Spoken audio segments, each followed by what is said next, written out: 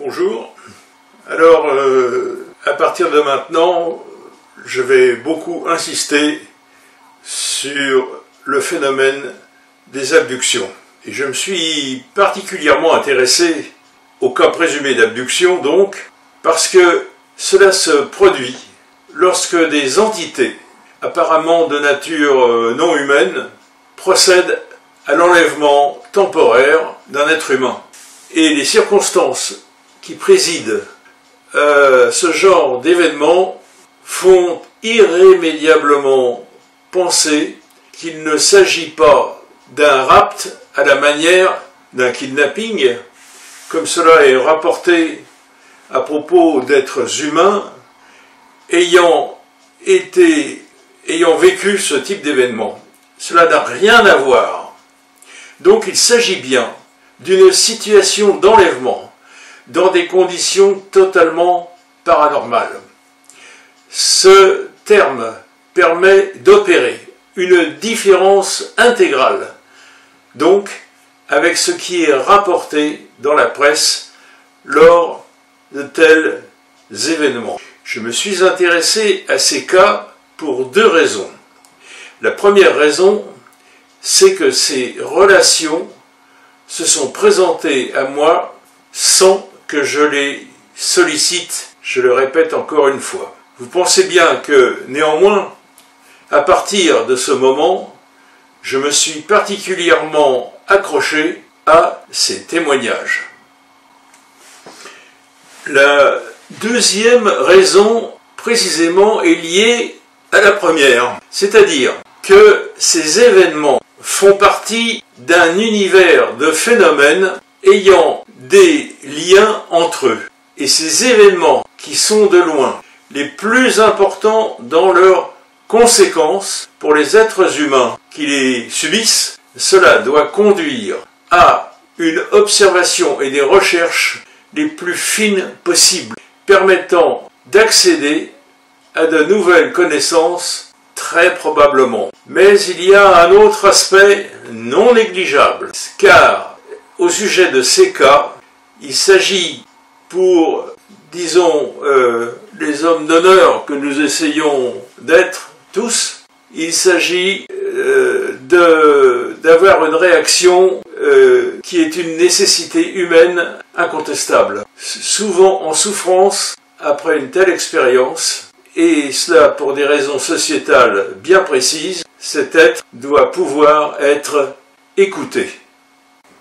Alors, vous voyez, mon ressenti est que, désormais, toutes les avancées dans la recherche fondamentale, ainsi que dans les applications qui suivront, cela ne pourra être conduit qu'à partir de la prise en compte permanente et approfondie des phénomènes d'abduction, dans toutes leurs composantes. Certaines personnes pourront arguer de l'utopie de tels propos, vu leur originalité relative. J'assume complètement ce que je déclare, et je disparaîtrai de la planète en ayant gardé intacte cette conviction, aboutie à partir de toute l'expérience que j'ai pu assimiler dans ce domaine des explorations ufologiques. Ces phénomènes sont liés à ce que laisse entrevoir la nouvelle physique, celle des quantas. La recherche révélera un jour l'étendue encore inimaginable des bouleversements que cette nouvelle compréhension de ce que nous sommes vraiment, ainsi que la véritable nature de toutes ces réalités dans lesquelles nous sommes insérés et qui constituent en fait tous les ingrédients de l'espace universel. Ces découvertes ont été en partie anticipées par des artistes, écrivains, auteurs de BD, films d'anticipation, anticipation due au génie créateur de certains artistes ayant assimilé les prémices des découvertes les plus récentes et pourtant les moins popularisées. Ce n'est pas une nouveauté, cette capacité de certains artistes visionnaires, écrivains ou autres, à avoir pu concrétiser dans des œuvres de fiction leur ressenti sur ces sujets. Les plus connus sont évidemment Jules Verne, en particulier avec des livres comme 20 000 lieues sous les mers ou De la Terre à la Lune, et Morgan Robertson. Ce dernier a complètement décrit par anticipation la funeste odyssée du Titanic. Je mentionne simplement d'autres célèbres personnalités dans ce registre particulier, comme Edgar Cayce ou Arthur Conan Doyle. Et bien plus près de nous, évidemment, George Orwell, avec son livre prophétique 1984. J'en oublie beaucoup. Il est nécessaire d'opérer sur ce thème un travail de pédagogie, afin de permettre au public le plus large de se familiariser avec ce phénomène en décrivant ses caractéristiques telles que nous les avons compilées, et ce sera l'unique sujet développé dans la prochaine vidéo qui constituera la clôture de cette petite série. Série qui se terminera en fait par la vidéo concernant la conférence délivrée à Gymnos. Des travaux fondamentaux ont été réalisés aux États-Unis par des personnalités, des universitaires de premier plan. Il faut rendre hommage en France au travail de journalistes de la dimension de Marie-Thérèse de Brosse ou Stéphane Alix pour leur travail de vulgarisation de ce phénomène à partir, au départ, c'est vrai, de cas américains incontestables, validés par des sommités que le monde universitaire français connaît très bien, par ailleurs, même s'il n'en parle pas beaucoup. J'ai nommé un trio incontournable aux USA, constitué par 3 personnages aujourd'hui, hélas, déjà disparus.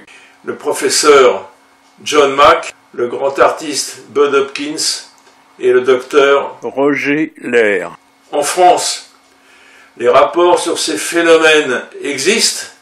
Par exemple, le cas extraordinaire de Jean Miguère, largement publié en de nombreux articles sur l'Internet. Il se trouve que dans la panoplie de contactés que j'ai pu investiguer, il y a un cas très semblable à celui de Jean Miguère. J'en reparlerai. Je pense que ce qui est original et nécessaire dans ce que je présenterai dans la prochaine vidéo, ce sont les éléments redondants qui existent dans ce type de cas et qui permettent de se faire une idée précise de ces expériences vraiment hors du commun. Donc, présentées simplement et cependant d'une manière exhaustive pour le plus large public. Ce sera, si vous voulez, un vademecum, un mode d'emploi de l'enquêteur, du futur enquêteur dont nous avons tant besoin en France. Il ne s'agit pas de dire que tous les éléments qui seront décrits sont systématiquement présents dans ces situations particulières. Il s'agit d'affirmer qu'il y a présence à des degrés divers de la plupart de ces éléments et que quelques-unes de ces manifestations suffisent souvent à valider qu'il y a eu effectivement une abduction, c'est-à-dire un enlèvement temporaire. Et tout de suite après cette introduction, je vous décrirai un cas où vraiment, et je dirais, un seul élément a suffi pour montrer qu'il y a eu autre chose qu'une simple vision ou ressenti de phénomène.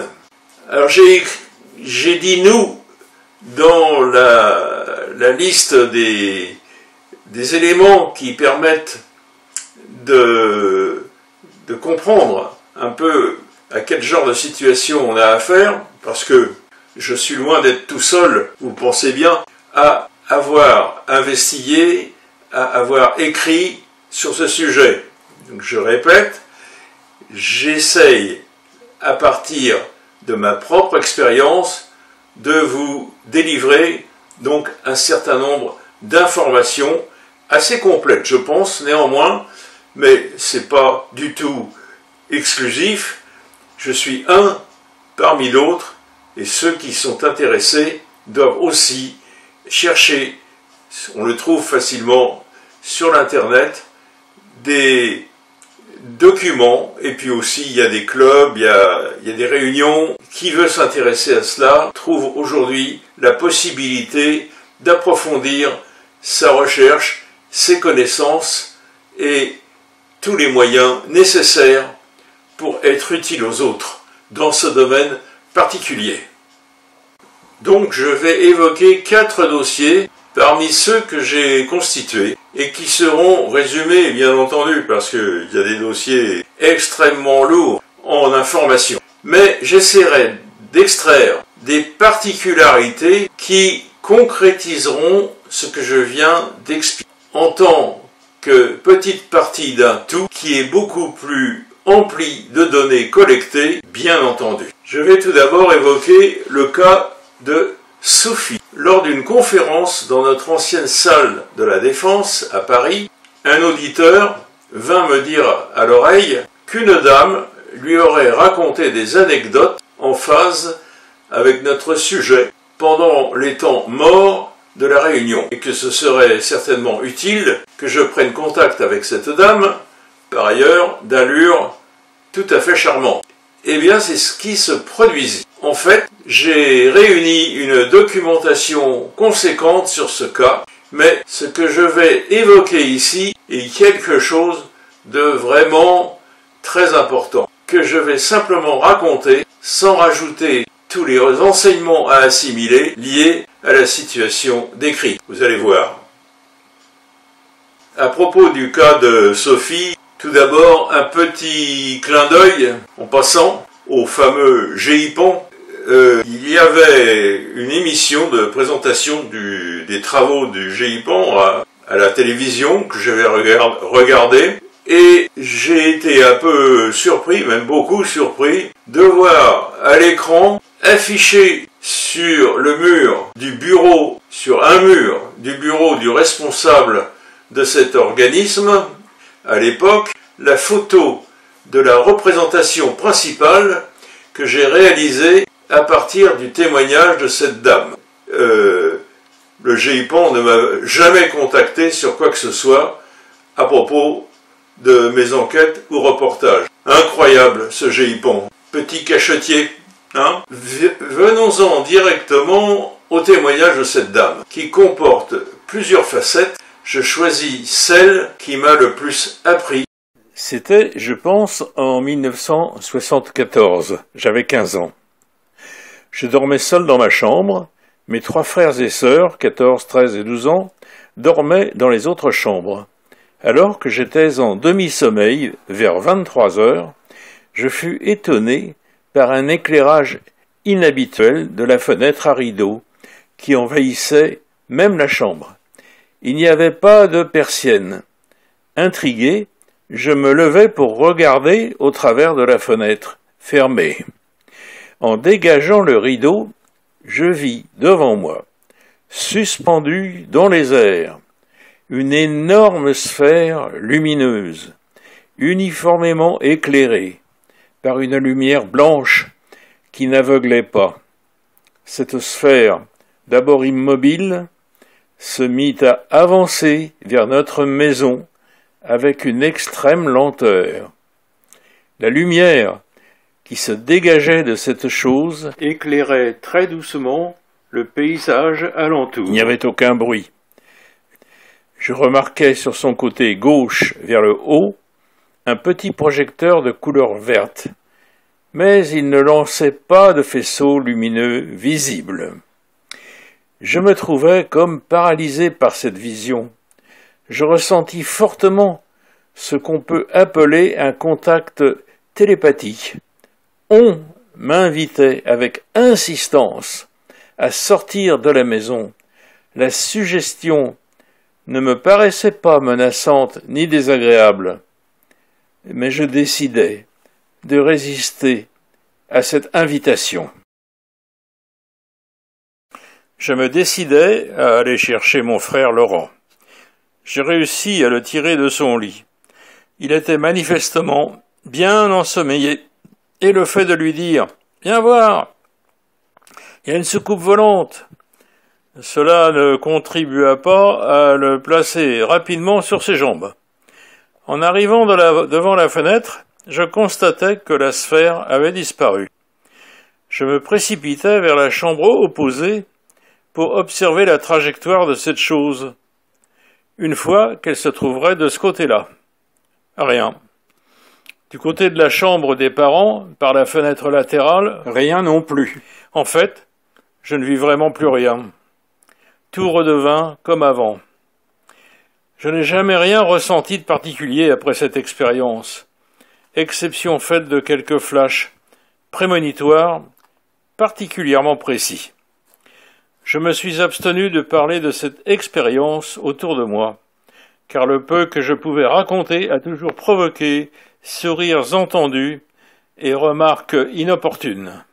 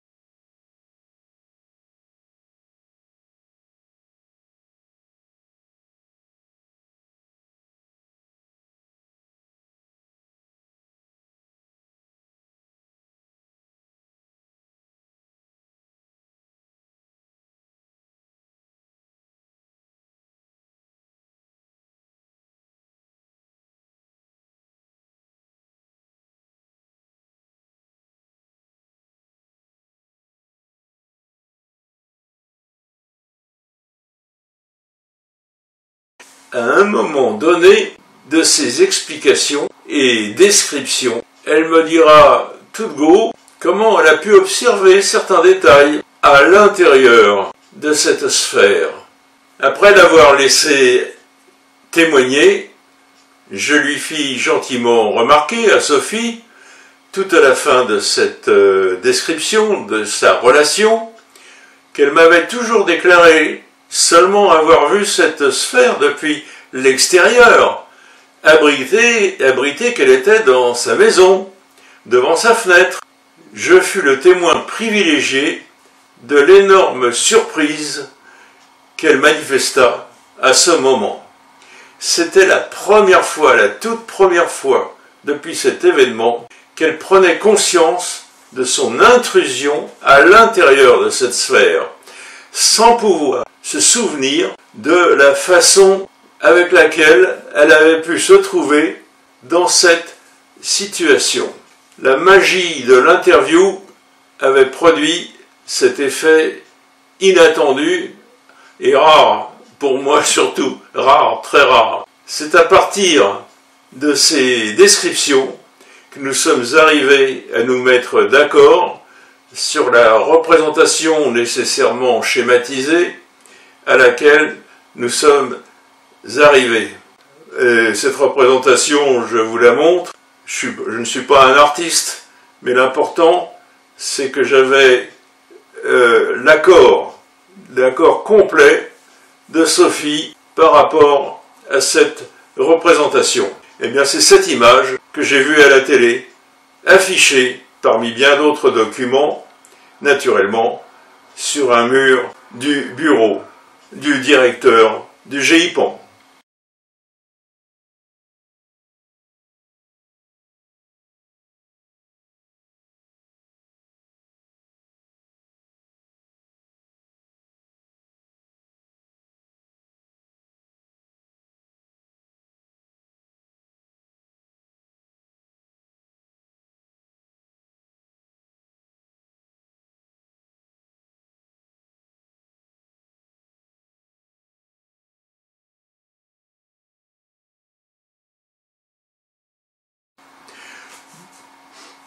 Donc à propos de Sophie, et cela arrive très souvent dans ce genre d'investigation, j'ai droit à d'autres témoignages de sa part. Sophie, c'est particulier, c'est très particulier parce que il se trouve que j'ai essayé aussi de l'aider pour des problèmes familiaux concernant ses petits-enfants, des problèmes graves, très graves. Et mon aide, hélas, n'a pas été couronnée de succès, loin de là, avec la disparition volontaire de Sophie. Une très triste histoire. Sophie me narra aussi un incroyable épisode de NDE, dont les causes me furent bien expliquées dans la relation de cet autre événement, relation que j'ai aussi consignée dans mon livre numérique, sous le titre « De l'autre côté de la porte dorée », de la page 178 à 185. C'est à la faveur de ce témoignage que nous pûmes rencontrer une personne assez extraordinaire. Vous trouverez pas mal de renseignements la concernant sur le web. C'est Nicole Dron, D-R-O-N, une conférencière et témoin émérite qui a largement et clairement témoigné avec beaucoup de talent de son incroyable expérience de NDE précisément. Il y a aussi un autre témoignage de la part de Sophie lié aux ovnis, de la page 221 à 223 de mon livre. Voilà. Donc il y aura encore beaucoup à dire sur Sophie, et je vais vous présenter maintenant, bien sûr sommairement, un autre dossier.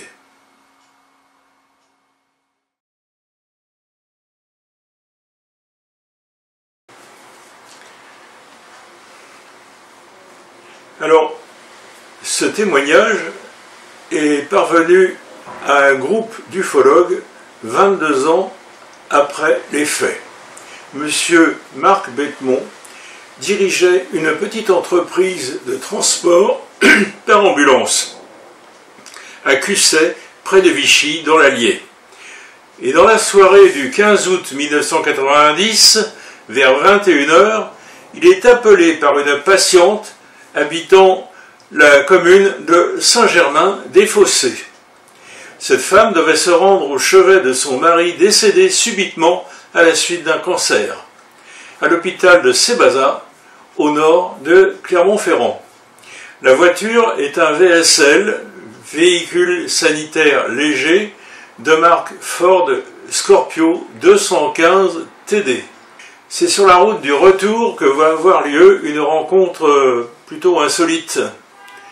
Après les formalités d'usage nécessaires pour le décès, à l'occasion du décès du mari, le véhicule repart de l'hôpital de Sébaza vers 0h35 du matin, au matin donc de ce 16 août 1990, par la route nationale numéro 9. Le parcours se passe bien jusqu'à Ghana. Et c'est à ce moment que tout va d'un seul coup totalement changer, on peut même dire basculer. Un phénomène extraordinaire de changement d'environnement se produit dès la sortie de Ghana, sur cette route droite qui conduit en direction de Lyon et Konya-Lyon. Soudain, il n'y a plus aucun bruit, rien, un silence total, une situation tout à fait anormale, très étrange. C'est à partir de cet endroit qu'une boule de lumière orangée apparaît très loin au ras des champs de Limagne, de la plaine de Limagne. Le conducteur en parle à sa passagère, naturellement, qui, en regardant à sa droite, voit la boule, tout comme lui.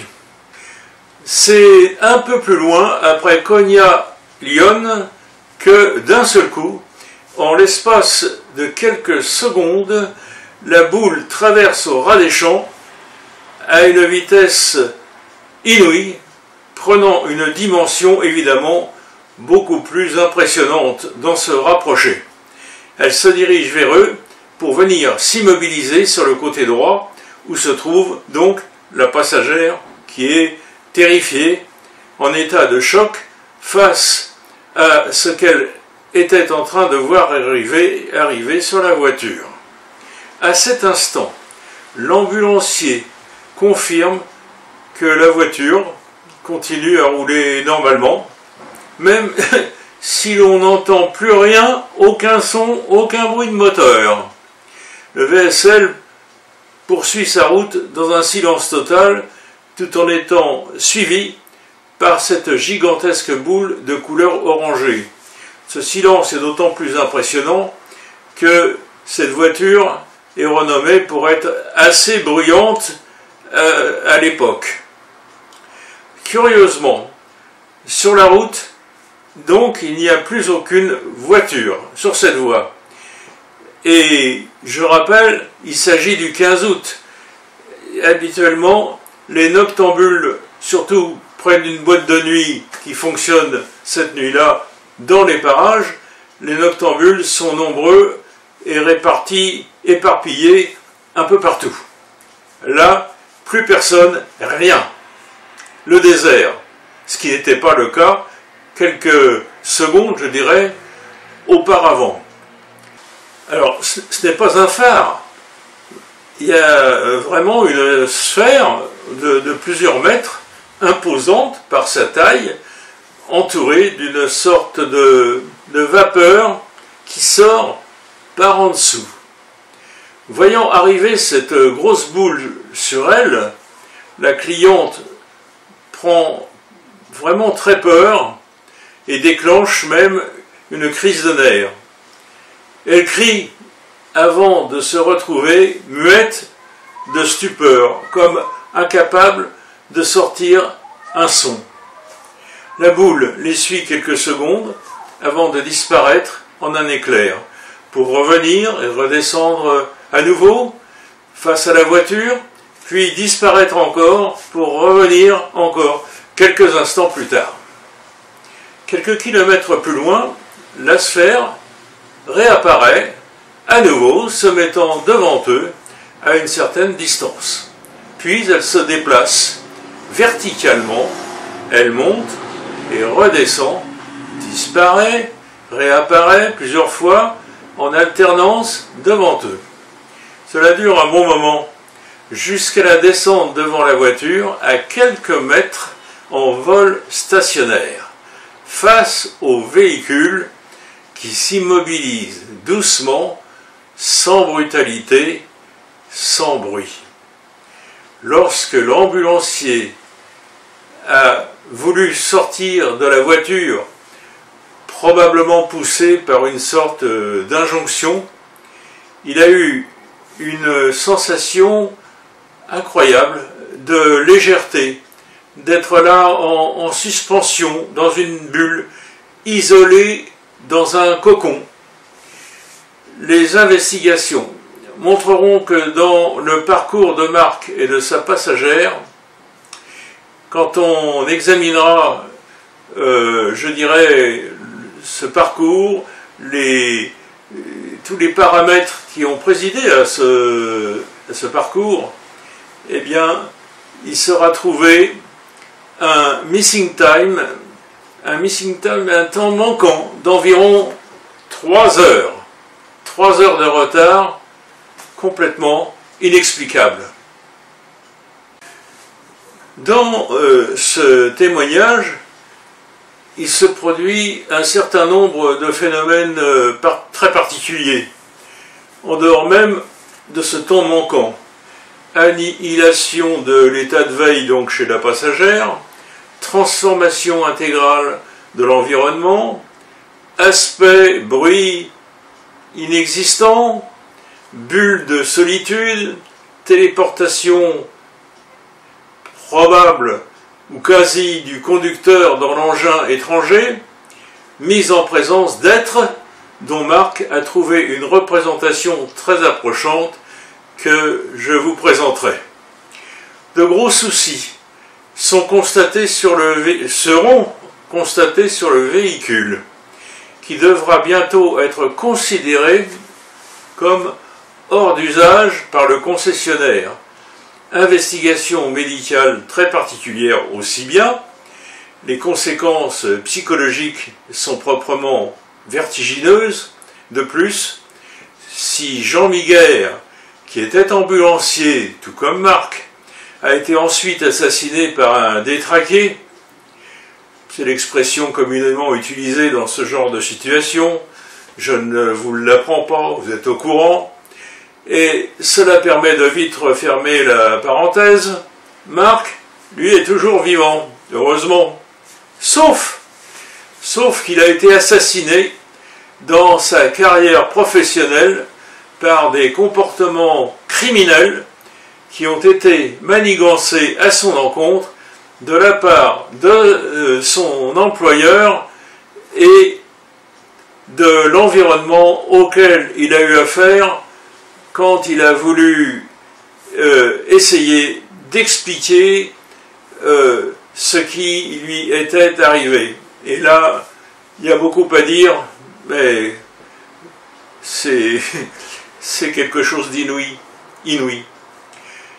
Enfin, pour être complet, la justice s'est déclarée incompétente pour traiter son dossier, pourtant très lourdement argumenté.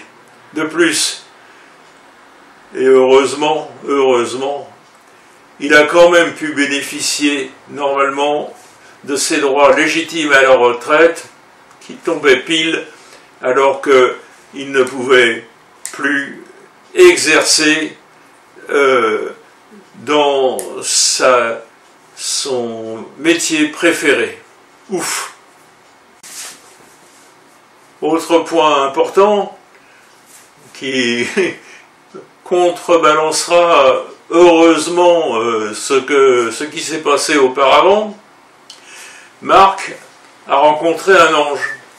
Cela lui était annoncé avant même qu'il la connaisse. Il m'avait fait part de cette prédiction, parmi bien d'autres anticipations plus étonnantes les unes que les autres.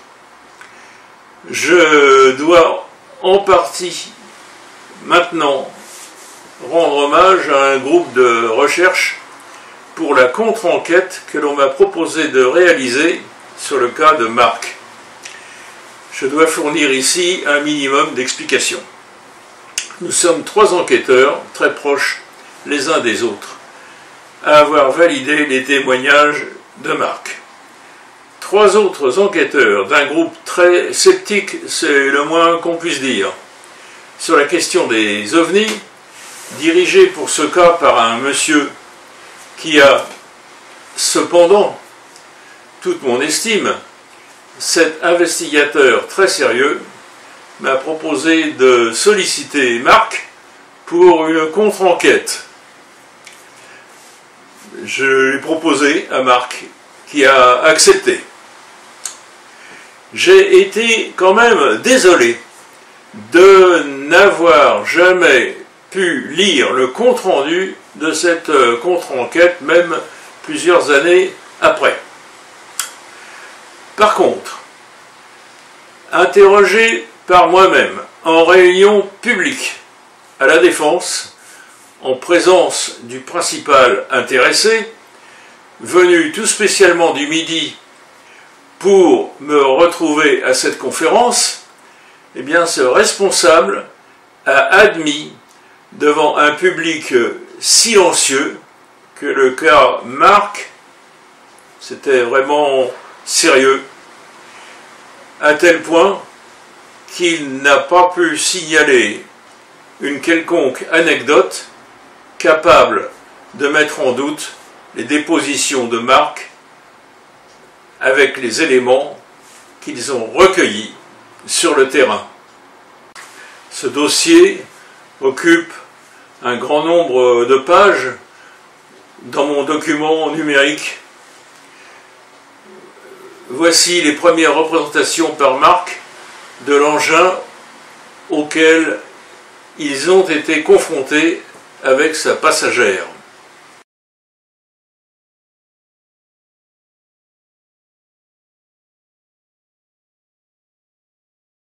Puis la finalisation de cette représentation par un ami ufologue qui lui aussi a connu avec son frère une expérience tout à fait extraordinaire, et j'ai pu recueillir ce dossier d'ailleurs. Et il se trouve que cet ami, ce contact qui nous est très cher, est graphiste professionnel. Quelle chance! Et voici donc ce qu'il a réussi à traduire à partir des descriptions de Marc.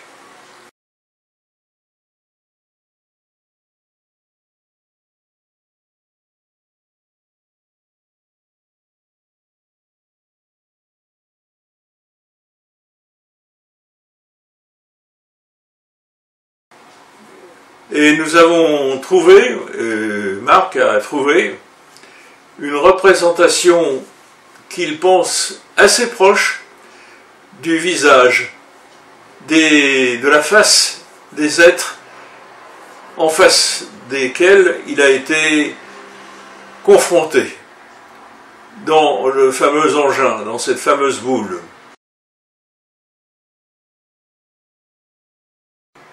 Marc a été accompagné toute sa vie par ces phénomènes d'une très grande variété, ainsi que par des êtres parfois venus de nulle part et ayant disparu de la même façon.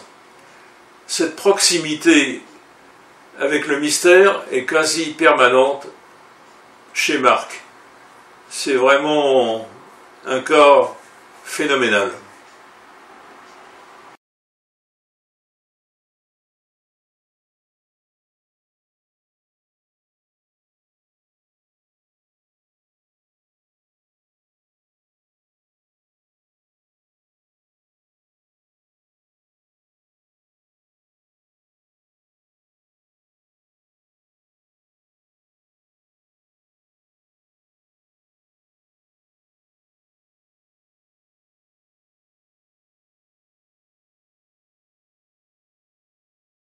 Stupéfait, Madame C. et son fils voient l'engin qui était précédemment immobile se mouvoir lentement d'ouest en est, survoler la forêt et les suivre à distance. L'objet se trouve dans l'axe du château qui se dresse sur les bords de l'étang. À ce moment, le témoin aperçoit sur sa droite, haut dans le ciel, entre 45 et 60 degrés, un ensemble de 6 ou 7 boules groupées qui semblent se diriger en chutant vers la sphère de gauche. Elles ont l'aspect d'étoiles filantes quant à leur couleur, blanc, vif, et ont toute la taille d'un petit avion. Ces boules disparaissent derrière la sphère de gauche. La conductrice accélère alors. La voiture ne s'était pas arrêtée, mais roulait à faible allure, pratiquement au pas. L'objet suit la voiture. Le trajet a duré 10 minutes, dont 3 consacrées à l'observation. De retour à la maison, les 2 témoins font part de leur observation à M. C. L'enfant aura énormément de mal à s'endormir. Il racontera avoir eu de nombreux cauchemars.